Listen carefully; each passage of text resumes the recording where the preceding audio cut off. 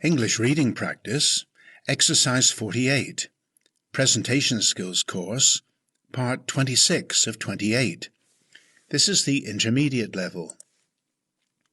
Be sure to watch the introductory video to learn how to use synchronized reading. See the link in the description. Now turn the volume up and read along with me. Let's start. The Avoid at all costs list. In the pursuit of confident public speaking skills, it is important to accept that nervousness may never be completely eliminated in some public speakers. This is not necessarily bad. A certain amount of nervousness can be positively channeled to enhance performance. Nevertheless, confident public speaking does involve learning not to betray one's nervousness through obvious body signals. Familiarize yourself with the items in the list below. Then either check yourself through a video playback of your next presentation, or have a close friend or colleague critique your presentation. They can look out for these indicators that betray a lack of confidence in public speaking. Mannerisms and awkward gestures. As well as destroying your professionalism, they can be very distracting for an audience. Get a friend or partner to alert you if you begin doing any of the following: standing with one leg wrapped around the other, standing on the sides of one's shoes, frequently touching the nose, mouth, ears, or any part of the face, leaning on the speaker's stand, using it as a prop, frequently putting hands in and out of pockets, fiddling with one's wristwatch, repeatedly swallowing, buttoning and unbuttoning the jacket, standing with hands clasped behind the back. Visual aid dangers. If you use a flip chart, whiteboard, or projection screen, avoid constantly fiddling with the marker pen, mouse, or projector control as if they are worry beads. This can be distracting and betray a certain nervousness.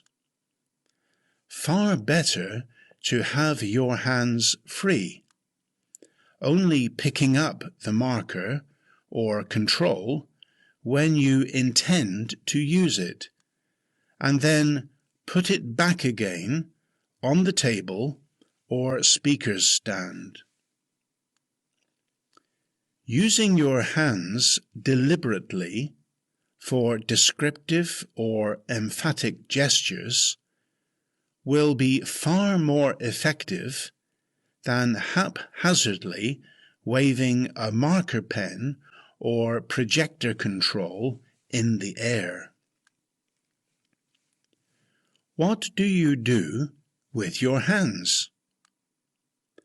Confident public speaking includes knowing what to do with your hands. When you are not using them to gesture, let them hang by your side loosely and naturally. They won't remain there for long if you are giving an animated presentation. your hands and arms will frequently be moving, gesturing, but in between times, just let them hang loose, ready and waiting. Concentrate on ideas. Confident public speaking involves the ability to concentrate on expressing your ideas rather than exact words. Doing this will go a long way in helping you avoid the mannerisms noted above. This will allow your delivery to flow, which makes it easy on the ears and listenable, as opposed to a stop-start style of delivery. Apart from your introduction and conclusion, which require more attention to exact wording, thorough preparation and total immersion in your subject will allow you to speak extemporaneously, without worrying too much about exact word choice. The latter can result in a speaker gazing into the air, fumbling for the right word, which in time will destroy the concentration of the audience. Even if you don't feel you are confident in public speaking, you don't have to advertise the fact. Use the checklist above to spot and avoid obvious signs of nervousness, and you will at least leave the audience relaxed and engrossed rather than distracted. Next, how to keep your audience riveted.